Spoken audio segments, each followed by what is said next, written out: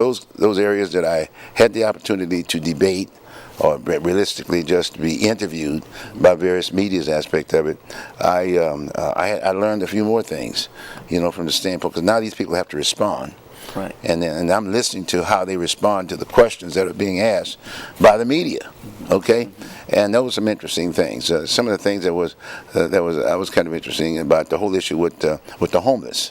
I found that my position was that we got Wapato, we got a jail that the public has paid for. Yes. Paid for, and for years, it's been an empty situation. A housing unit, whatever. We got that 3,000 beds, a beautiful place, if you will, under Multnomah County Sheriff. Okay, the physical structure is under the sheriff. Right. Okay, and it's not being utilized. And the reason why it's not being utilized, he doesn't have the budget. Now, but the budget is in the hand of the county chair and the county commissioners. That's where Loretta Smith is. She's a county commissioner, if you will.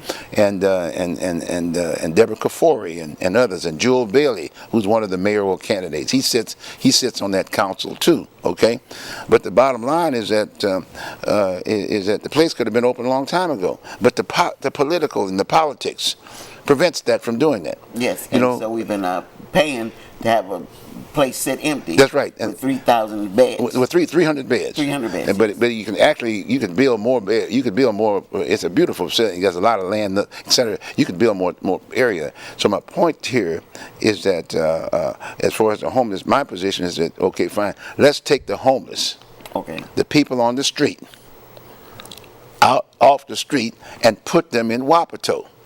And provide, if you will, provide an area. If there's more than 300, 3,000, 2,000, whatever, but the idea is that if there's more then we go to the National Guard. We house them there, call it the governor and says, okay, fine, I want you to put some beds together. And we need to process these folks. We need to know who's on the street.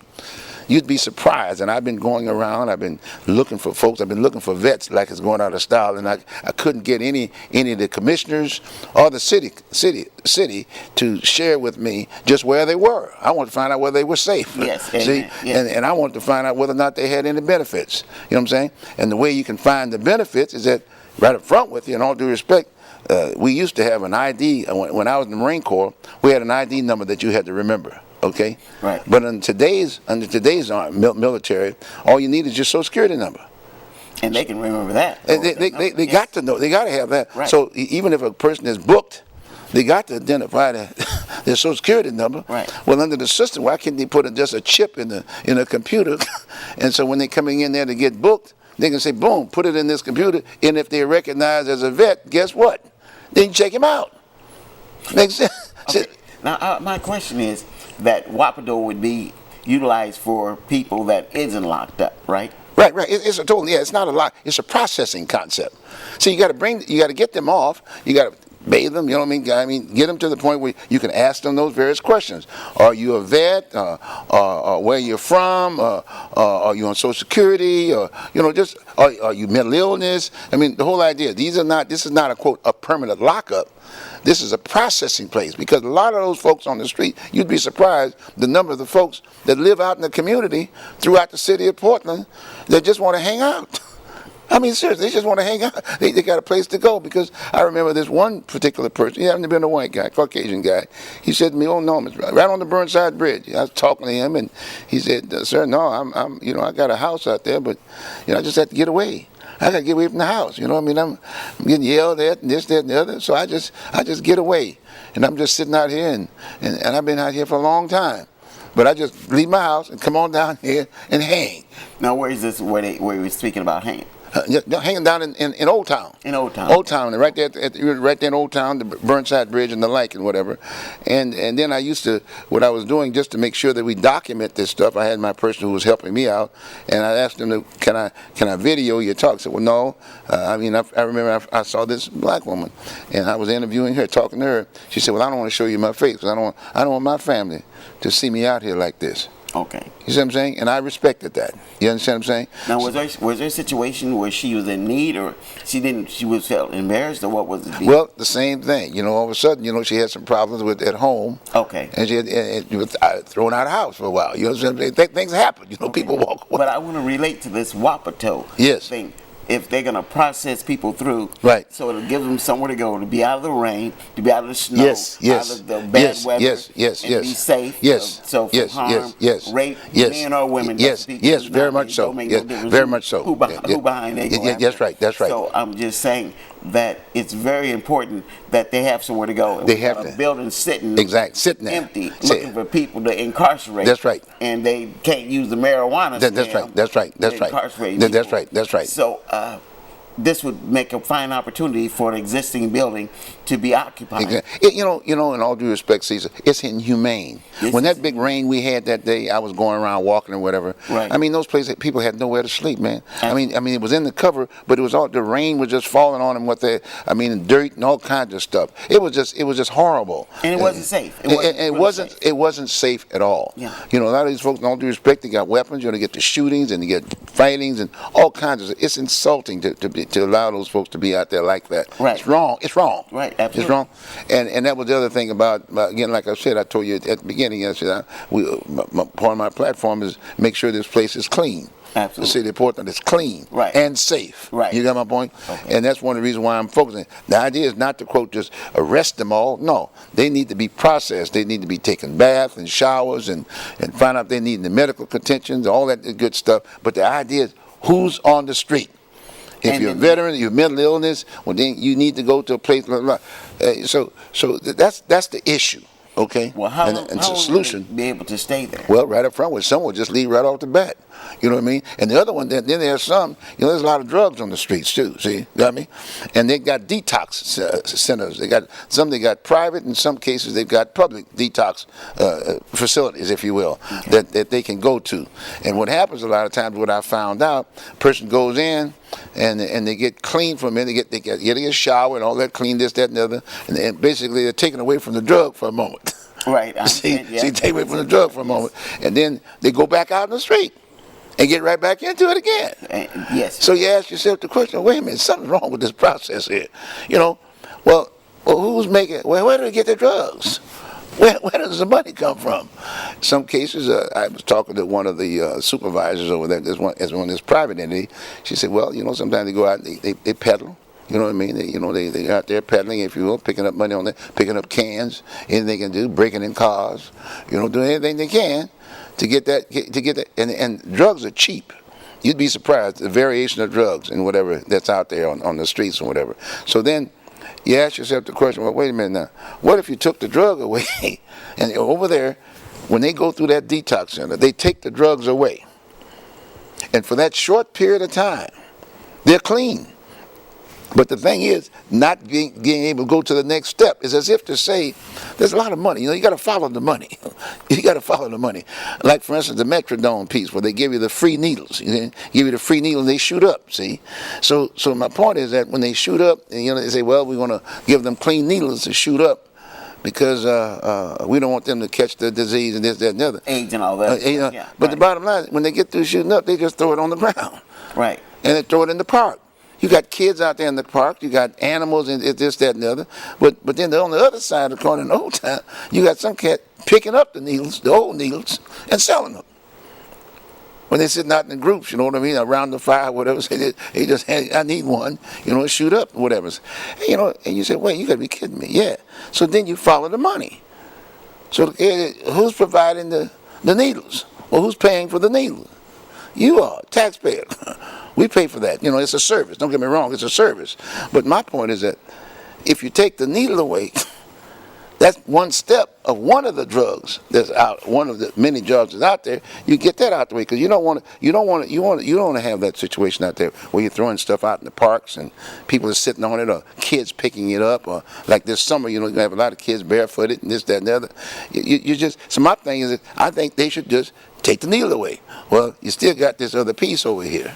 You got my point? And these other drugs. I'm not condoning keeping the drugs, but that's one that I think should be taken off the list, if you will.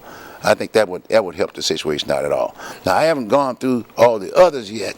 I'm still trying to get folks to come and talk about this issue, about these issues. But the fact of the matter is, drug is a big problem, and we got to take. So imagine them going to an area where they're being processed, right? The drugs are being taken away, okay?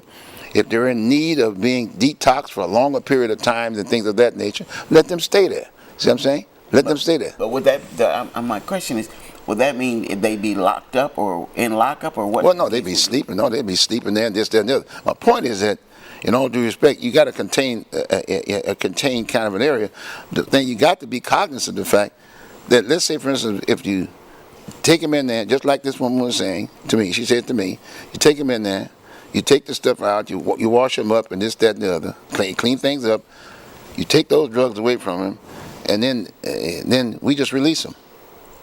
We release them, they're right back again. So my thing is that, okay, you just don't release them immediately. You find out where should they go. If it's mental health, you got some beds over there. Let that service come in and deal with that situation. If it's housing, you identify what housing sources are there. You get them a house aspect of it. Well, not say a house per se, but a place to live. Well, a clean facility. I understand. Then if all of a sudden you say, well, okay, fine, we can't find housing at this point in time, etc. Well, guess what? You bring a bus in there and you drive them back to an area or whatever. You know what I mean? You let them go. But my point is that, the definition of let go is that you're trying to see if you can get them back into a rehab kind of a situation. You don't want them sitting up there sleeping outside. The other thing I found out, when you look at a lot of those spots, you'll see clothing and stuff just all up in a corner. A lot of clothes, just clothes. Well, see, a lot of the folks are just kind of like more concerned when they get cold or it's raining, whatever. They want to give them just free clothes. Okay? Well, my thing is that, wait a minute. Because people come up and they'll give some more free, and they just throw that off and just throw it on the street.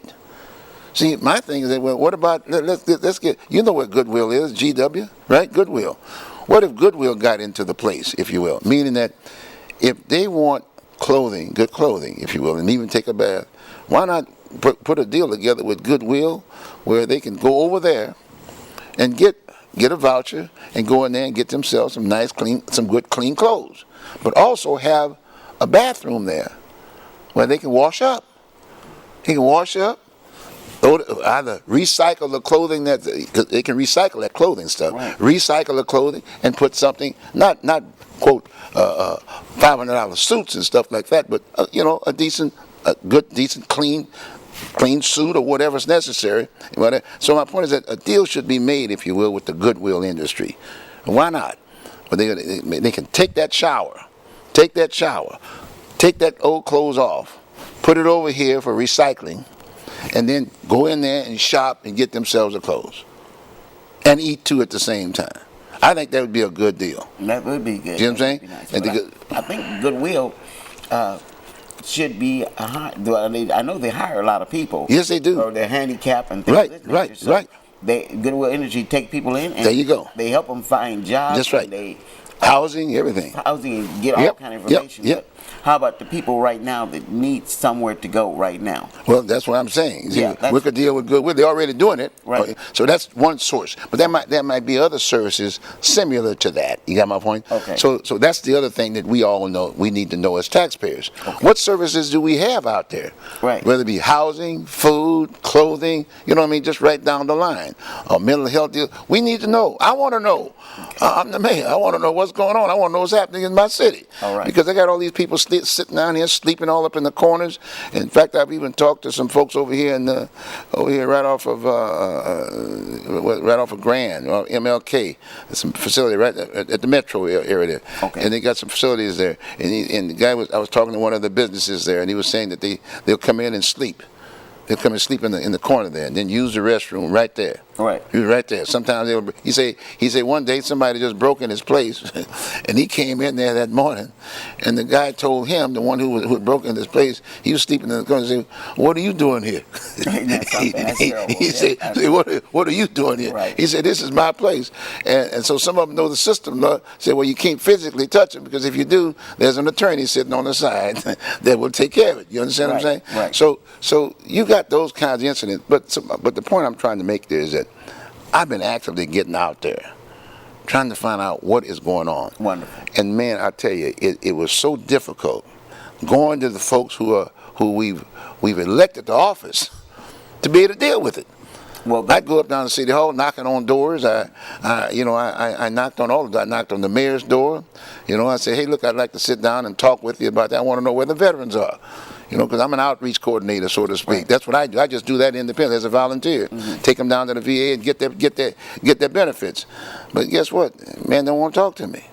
And I'm trying to figure out, does he understand the difference between an employer and an employee? I'm the taxpayer. That means I'm the employer. Yeah, right. Yeah, and they're the employees. But that attitude is just the reverse. Right. You see what I'm saying? And I'm not knocking, but that's just the way it's been. We got to change that. You've got to, I realize they have a deal where you can go before the city council, for instance, and spend 2 minutes to ask your question and at the same time come with a solution to your question in 2 minutes. Can you do that in 2 minutes?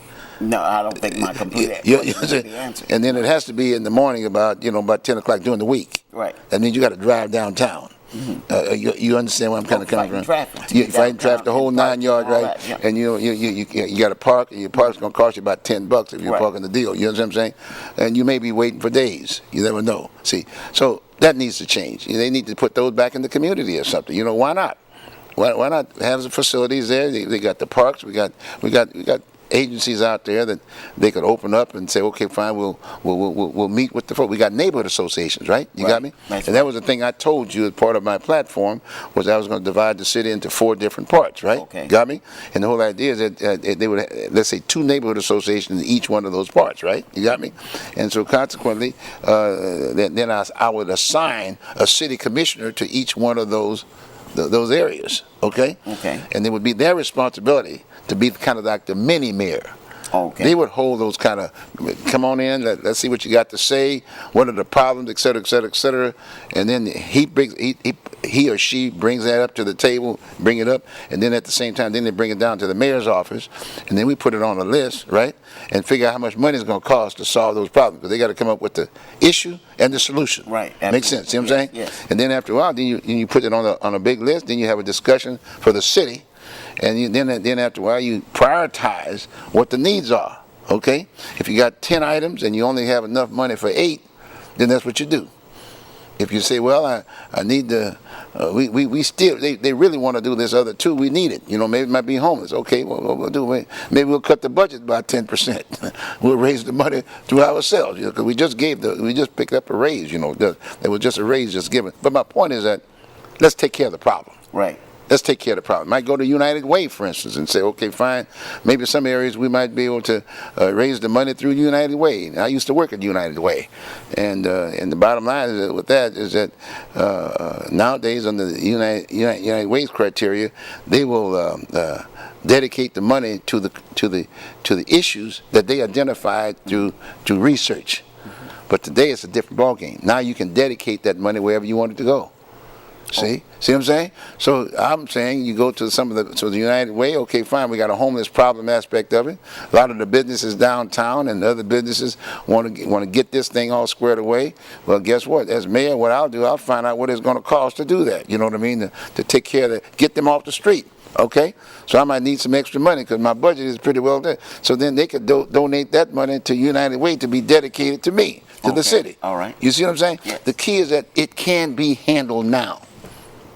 That's where I'm coming from. Well, right. But you got to be aware of that. See, I've just been exposed to that kind of stuff. So, but that's through years of being involved that I've gotten to this point. So it's not that I'm knocking any of the other folks that are running for office, but we just got to get to the point. We need leadership. We really need some strong leadership. Very important. So I thought I'd share that with you on that piece. But that's what I've been dealing with. Another major issue that really concerns me is the whole issue of education.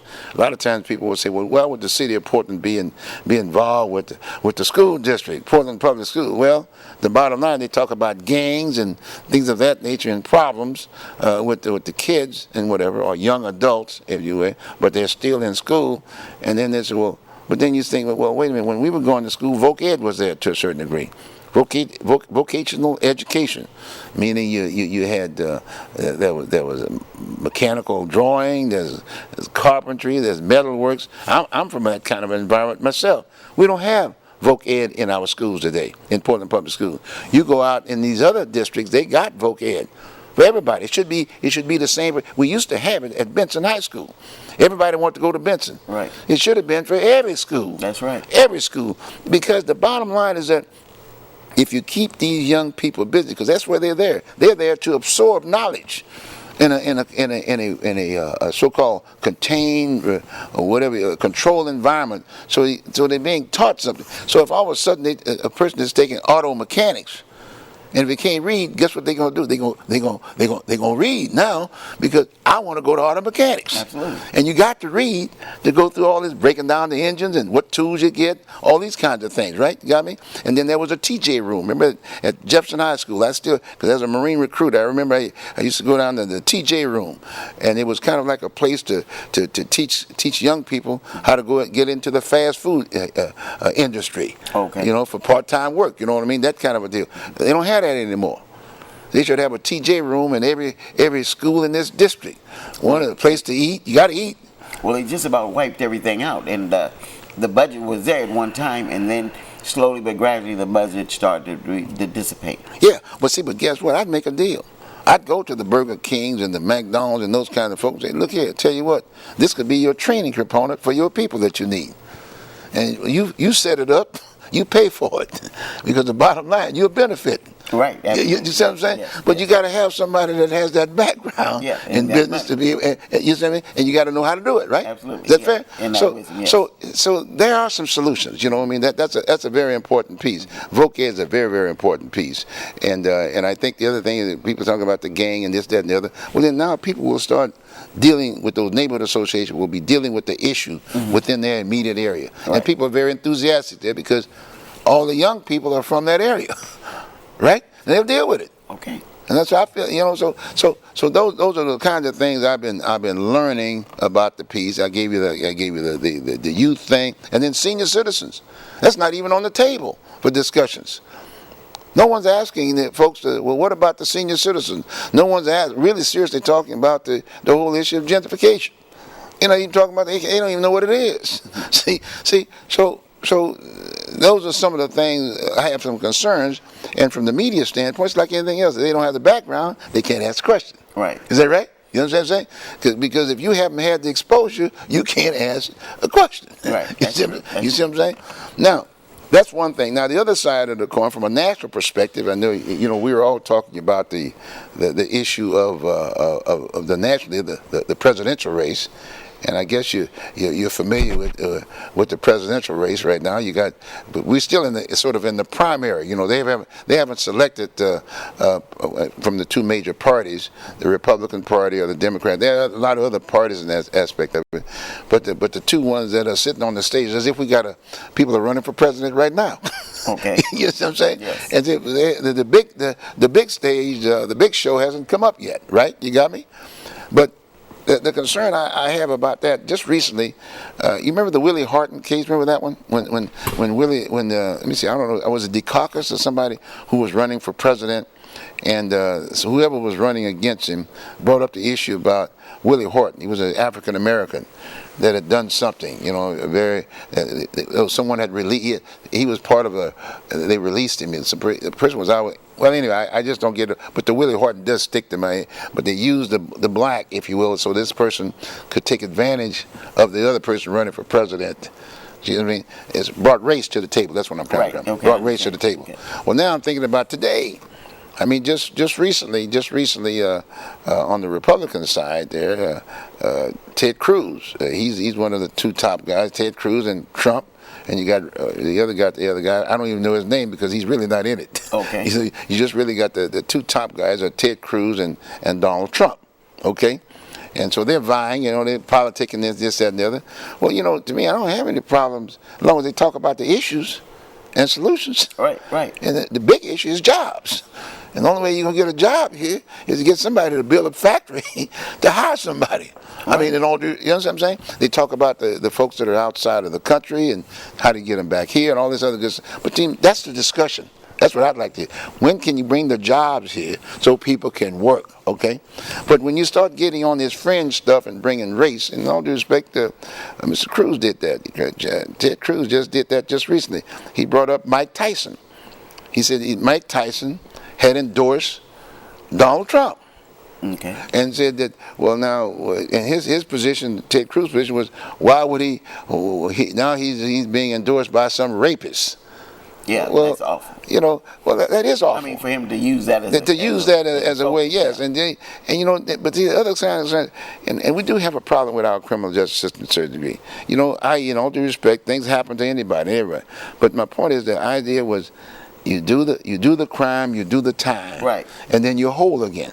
Right. But nowadays you're not whole no more. Yeah, he's pulling Mike Tyson out of the woodwork. Pulling him out the woodwork. And here's a man trying to rehab his life with his kids and his family and all this, that, and the other, and put him out there like that. Now, he is in a position that he did make a couple bucks back in those days, and he can still get a job. He's got some things going for himself. Right. But what about these other people? You understand what I'm saying? I understand. I mean, it's a tough situation out there right now. I'm really concerned about that particular part. And we already have that divide anyway among races. I mean, I wonder what Reverend Hal Sharpton would say about that. To hear this Republican using this situation because in all due respect, he identifies with Hispanics. Remember, like Hispanics and blacks. But here's this Hispanic using the black. Mm-hmm. So now we're talking about more divide. Okay. You see where I'm kind of coming from on that end of it? But that's a no-no to me. I think they should not get involved in that process. We need to go back and revisit. And the only reason why I'm bringing that peace aspect of it, here in the Portland area, we're described as the whitest city in the country, and then playing the race thing again, to a certain degree. Well, the blacks and this, that, and the other. We don't need to go that way. I mean, it's about people across the board. I mean, I went, in fact, to give you an example of that, I went to a parade the other day, the 82nd parade on 82nd. Okay. It's kind of like it's like the first Rose Festival parade, so to speak. I was in that parade. I was there. I was walking around talking to people. Beautiful parade, down the street. People with their kids, and a diverse kind of a situation, But they've always treated, in all due respect, in Southeast Portland as a stepchild too. You'd be surprised of the number of folks out there in Southeast Portland. You got me? Now that out of North Portland and Northeast, they've been pushed out there. All been pushed all the way out. All Southeast and Gresham, all the way around. See what I mean? And you'd be surprised at the number of folks that are there. But my point is that I'm out there with my cap on or whatever. Nobody threw no eggs on me. And excuse the French, they didn't call me no hen. No, you know what I'm saying? They couldn't do that. Okay. See, but my point is that those folks are struggling too, in terms of trying to find work and this, that, and they're already stressed out. All right. We don't need an additional divide kind of thing. That's where I'm kind of coming from. Okay. I mean, I saw some Chinese folks and Vietnamese folks, and I saw blacks, I saw Hispanics, I saw Asians, I saw white folks, and I just walk up to them, shake their hands and say, I'm running for mayor. Absolutely. And I told them who I was, etc., and they were well respected. In fact, I even caught one guy he was from Claxonine. I think it's Washington, or was that Claxonine? Where is that at? I don't know where. Okay, but anyway, but he wasn't living in the city. He said, well, sir, I can't, he and his wife and his son. So I just went up there and he said, well, sir, I don't live here, but I'd sure like to vote for you. I said, by the way, son, what do you do? Are you still in school? No, sir. Why aren't you in school? Well, I don't know. The dad said, well, no, he's not in school, Mr. Broussard. I said, well, look here, young man, how old are you? So he told me how old he was, but I'm about 17 or 18. I think it was 18, yeah. He was in high school, but he was out in school. I said, man, have you thought about getting into a trade? You know what I'm saying? And so, again, here's an opportunity, but that voc ed stuff, see? Right. With that voc ed, you got the laborers, you got all kinds of trades out there aspect of it.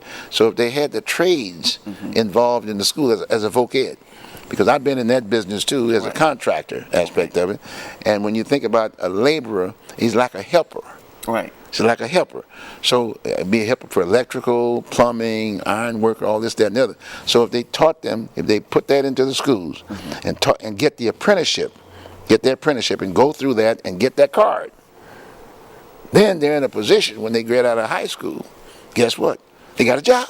Absolutely. They got a job. Go down to the union hall, you put your list down, put your name down on the list, and there you go. You got me? And things have changed in the trades. So you're basically saying that they can learn this stuff while they're in high school. Yes. Okay. Why not do that? And pick up the trade, because a lot of people they're in school and they're getting a general education, Right. But it's all like history and stuff of that Yes. nature, which is good. But it would be nice to know to prepare them to go out into society and to be gainfully employed. Yes. With what's going on Yes, right now. yes, yes, yes. Because a lot of them are not going to be history teachers or things of that Exactly. nature. I'm not saying to forget it. Right, but I'm just right, saying spend a lot more time Right. getting these people educated toward being able to perform jobs Exactly. for themselves and to feed their families and take care of themselves. Exactly. That's blue collar. Yes, absolutely. And you need more blue collar than you need white collars. Well, that's You can't have all chiefs, you know. You understand what I'm saying? You got my point? So anyway, I just wanted to share that with you in terms of what I'm seeing at the table aspect of it, and I'm hopefully, by being at the table, I'm able to throw the same points that I'm sharing with you now in the public. I'm throwing that out to the table, and hopefully these other folks can come on board and start focusing a little bit more on what the issues are and the solution to the issues. I'm sure that they're, like anything else, they filed to run for something. They did file to run for mayor, so they want to be mayor. I'm giving it that way. It's not a joke. right. We're looking for leadership here. Absolutely. Very, very that's important. What we need. It's very and important. we need someone that will give you their time Yes. to discuss with you because you're their, like you said, they're the employee because Yes. they work for the city. That's right. Or they work for the state. Exactly. And that's because you're a taxpayer. Exactly. They work for you. Exactly. And just plain and simple. So. But they need to understand that. Yes. Yeah. They need to understand that. So they're just rubbing elbows with people that made it to whatever position they made it to. Exactly. But you're saying that you're going to be working with people Across the board. commonplace people across the board That's right. to try and get a lot of these changes made. Exactly. And the schools would be a fantastic place to person to start. And all the schools to try and increase their education and their skills so that when they get out, it's not like, I go to college next and I can get myself a job after paying a bunch of more money. Exactly. Because school is basically doesn't cost money to go from grade school to high school. Exactly. But when you go to college, you got to start putting that money out. Exactly. And that way you get lost in the cracks. Exactly. And that's what happens to people, period, nowadays. And that's what's really awful. And I think it would be wonderful to help people from high school and to the end of high school, freshman to senior, to become a proficient in their trade, or understand it enough, or get that card. Yes, right, exactly. And, see, and to me that's very, very, very important, especially now today. And I guess the other thing I was going to say, and I'll get off to this at this point in time, is that if I were to ask you, who's your commissioner? Oh, I don't know. That's what I'm saying. Right. See, and we got to straighten that up. Absolutely. So those 4 people, you will know if you live wherever you are. If you live in the Southeast Portland, or Southwest Portland, or Northwest Portland, or Northeast Portland, there will be a commissioner that you will know. Absolutely. That's a very, very important piece. And let them work. They need to work. You got me? They get bureaus. They get their pet projects, if you will. And I'm not trying to knock. That's just a system that we had. Mm-hmm. We need to change it so we can react to some of these issues. Yes. So people won't be calling a bunch of taxes on you, and you're trying to figure out what am I paying taxes for? Well, you know, all those lanes and all those high. Now we got a tax. We got an oil tax. We being thrown up saying people want you to support the oil tax. You know what I mean? The gas tax. Yes. The gas tax aspect of it. Well, for what? Yeah. You know what I'm saying? Because they could be making money already off the gas. That's right. Because every gallon of gas you buy, the taxes is they're already making money. Now they're trying to ask normal citizens. That's right. That probably don't even drive now. Quit drive. That's right. Saying that we want you to start paying into the gas. That's right. I think that's just real terrible. That's a very. I was in Southeast Portland. I've been dealing with some of the businesses on Foster Road. Mm-hmm. They got a big problem with congestions and whatever. That's right there. Well, now they kind of come in with a new plan. They want to put bicycle lanes out there. Okay. You're very familiar. You're very familiar with the bicycle lane. Oh yes, okay, you understand what I'm saying? Yes. But the folks need to understand that I hear where you're coming from. I don't ride. I need a tricycle now. I understand. So, but the bottom line is, we're all on limited income. You know what I'm saying? Right. And so we got to be aware of that. Senior citizens are the very limited income aspect of it. No, they're being taxed for this and taxed for that and whatever. And I understand with the bicycle, but if they ain't paying their fair share, they got to pay a little bit. Absolutely. They got to pay some. Okay. Yeah. So if you're putting in a bicycle lane for them, then it should be some kind of way to pay for it, because the people that drive on the streets. That's right. They got to pay to drive on the highway. And ones who are not even driving are paying. See, so I'm just thinking everybody's paying, but they specifically when you get your driver's license, that's all included. That's right. So when you're riding your bicycle, I don't know what that. They should give another. Well, there are other areas that are paying. I mean, bicyclists are paying aspect of it. Yeah, I didn't know that. And in the plan up there in Southeast Portland, the one I was talking about, the Foster Road, years back when Vera Katz was there, guess what?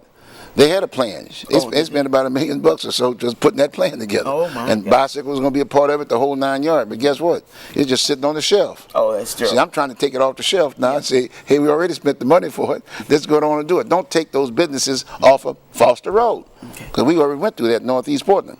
Well, look, I spent a lot of time. I'm got to get going here for a minute. Okay, excuse me. I'm gonna Take a go shot. out here and I'll come right back. Okay, because I got to get going for this other half real quick. You want to go there for a minute? I'll just go on and do it. Just a real quick chat for a second. Yeah. Okay, good. So I'll do you that. talk to the people out there, Bruce Harden. Come on back there, because I'll be out here about another 5 minutes. Okay.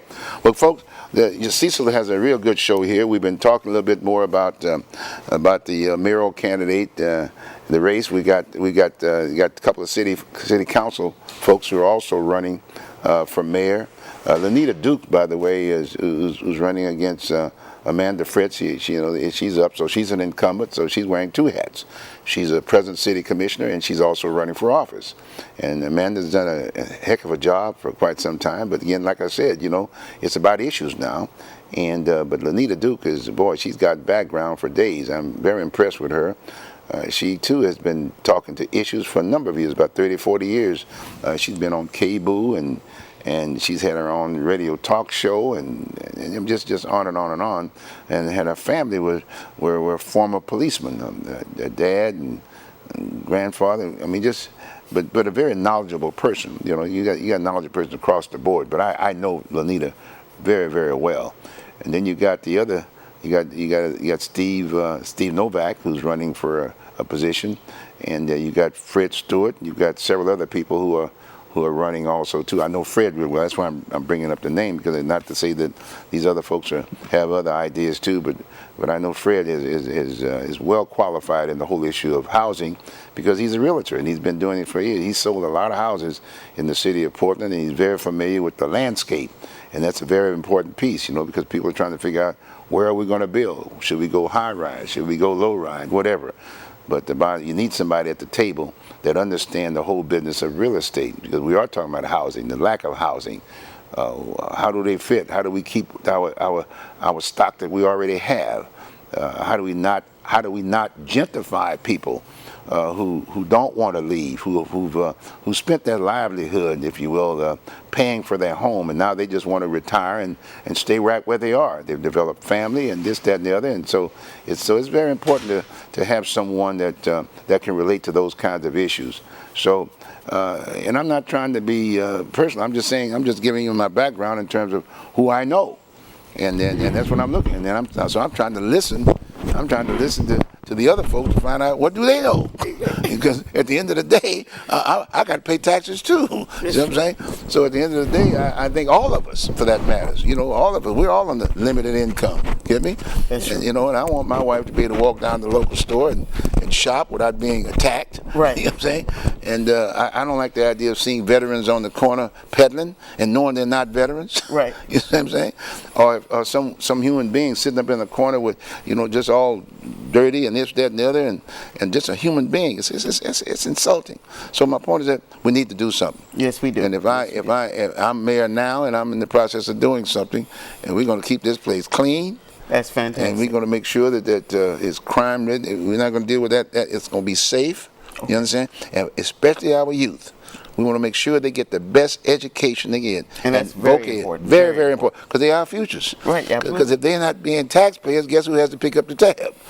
The taxpayers have to pick like up the tab. us. We're older, right? And then we're going to be gentrified because we can't afford the house. Well, look, it's been a pleasure, Cecil. It's been a pleasure. Well, thank you very much. And maybe next time around, I'll give you another update. Please do. I'm going back to work. Okay. And he's getting ready to go do his own show, and I really appreciate having you on today. It's always a pleasure. You're doing a great job. Thank you very much. Okay. Okay. We'll see you soon, brother. All right. God bless, man. Okay. Thank you.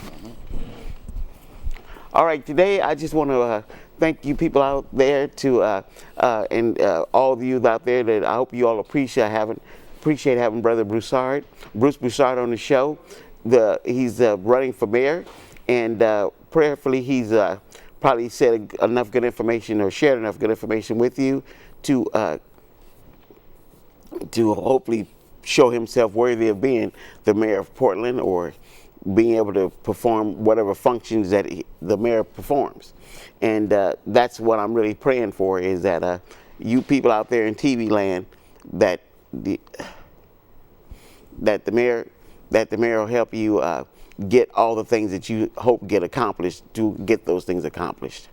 I was going to show you, Sister Elliott, do I have that movie in? Yeah. Or she's going to show that movie. Part of that movie that I wanted to show you was Loose Change, and it was speaking about the horrible things that happened on 9/11, and I keep trying to run that together, try to run it together with the Negro, colored, black African Americans, because we still have a long ways to go as far as getting our rights on track, or people recognizing us as, or me as a Negro, being a part of the Negro race.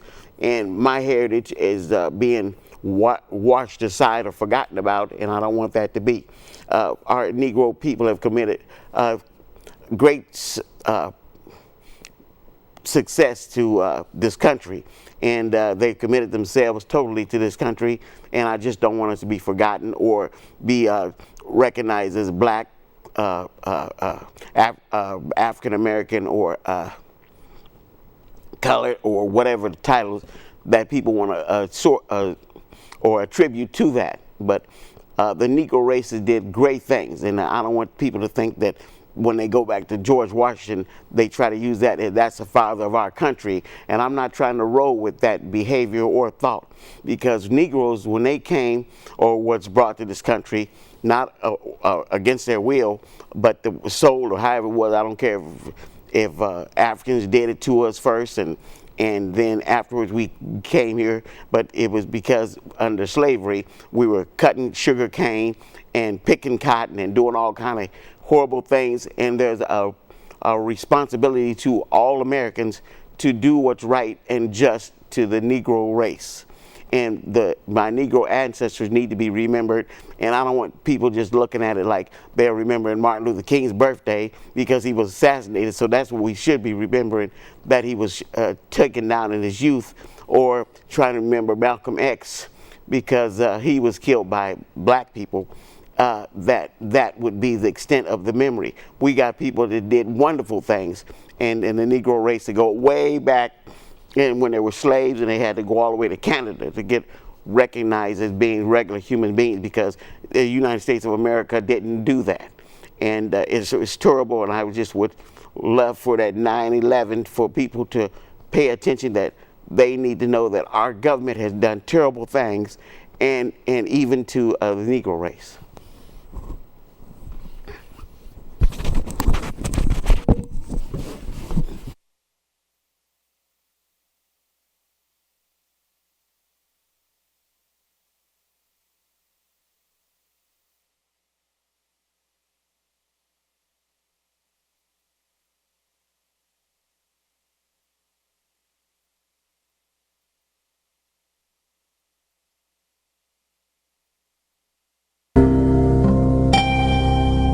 Why was a growing percentage of the world population becoming increasingly skeptical of the events of September 11th? Was it a natural inclination towards believing the worst about the United States government? Or was it a legitimate concern that only grew more powerful with time? The 9/11 Truth Movement includes academics, engineers, physicists, firefighters, intelligence officials, and some of the very people whose lives have been shattered since September 11th. Were they all delirious? You should not be here. No, you've got it all wrong. We're honoring the fallen heroes from 9/11. That's our way. No, you're not. No, you are not. I feel so uncomfortable. I'm sorry. That next year, I'm not coming here. Or were they a concerned group of individuals taking the necessary steps to prevent the United States from slipping into its darkest era yet? Was September 11th a surprise attack on America by 19 Islamic terrorists? or something else entirely.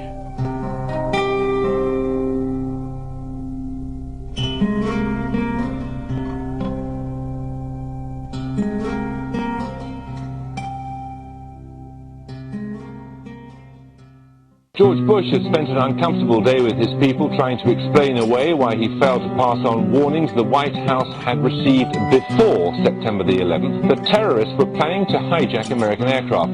What happened that day has cast a shadow over just about every area of American life. Now one of the country's best-known journalists has said that the American response to the so-called war on terrorism has created a climate of effective censorship in a land claiming to be the home of free speech. There's never been an American war, small or large, in which access has been so limited as this one. The belief runs so strong in both the political and military leadership that those who control the images will control public opinion. Does it suggest that there was somebody on the inside? He kind of compared it to the Godfather story, you know, where the gun was placed in the men's room. There is also a possibility this could be some kind of inside job.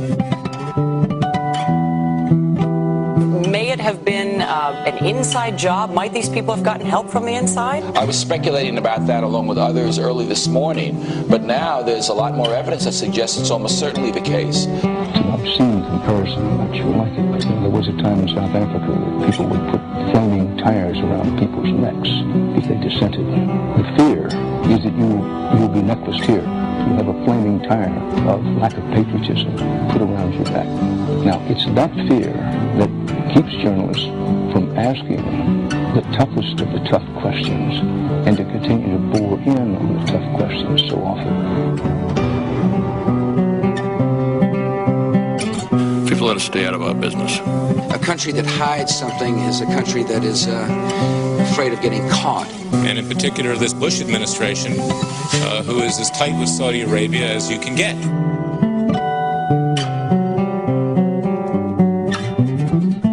The president's father used to stay with the bin Laden family when he would go to Saudi Arabia.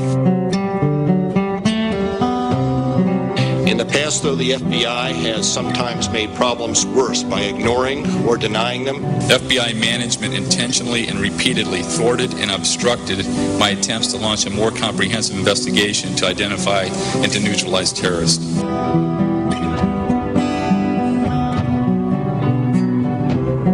To the families and victims of September 11th, on behalf of John Benson, Barry Carmody, and myself, we're sorry. And, I want to say quietly, but as forcefully as I can, that I hope this doesn't go any further. It's gone too far already. I am appalled by it.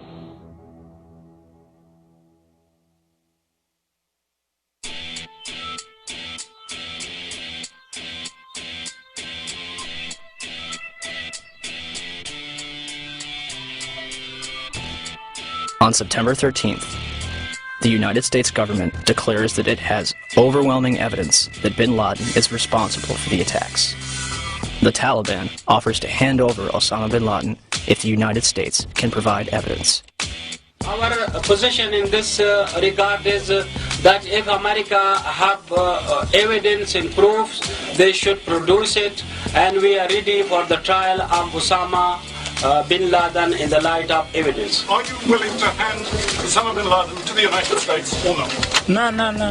Without evidence, no. September 23rd, 2001. States. The Secretary of State said the administration would... All right, I'm back. So I was only very briefly able to play a little bit of Loose Change. And Jenny, I have Hulu, and Jenny, when I look for Loose Change to play, or when I look for 9/11 10 Years of Deception, and that's what I was going to play for you people here in TV land. for 2015, they're more in depth about what's going on in America. Is got a great responsibility to all their bad behavior, and that's what it talks about, and that's what I talk about when I speak about the Negro, Black, African Americans, people, and color. There's a lot of horrible stuff that goes on in America and went on in America and is still going on in America, and I want you people out there in TV land to see that on television. Somehow I'll make sure that I had it on my tablet, but I'll make sure that I'll have it on my laptop and be able to plug it in their computer here and get that information to you. It's very, very valuable, very, very important, because we got horrible things, and we as America, we got people all around the world want to know the truth, and that's what I want to know, is the truth. And that's why I want to know about my heritage and about the Negro, colored, Black, African American, what's really going on. So out there in TV land, I want you people to recognize this is what I'm talking about, and this is how I'm pushing things. And Brother Bruce Broussard was just on the show, and he spoke about a lot of very important issues, and thank you. God Almighty love you, and I love you too. Have a blessed day.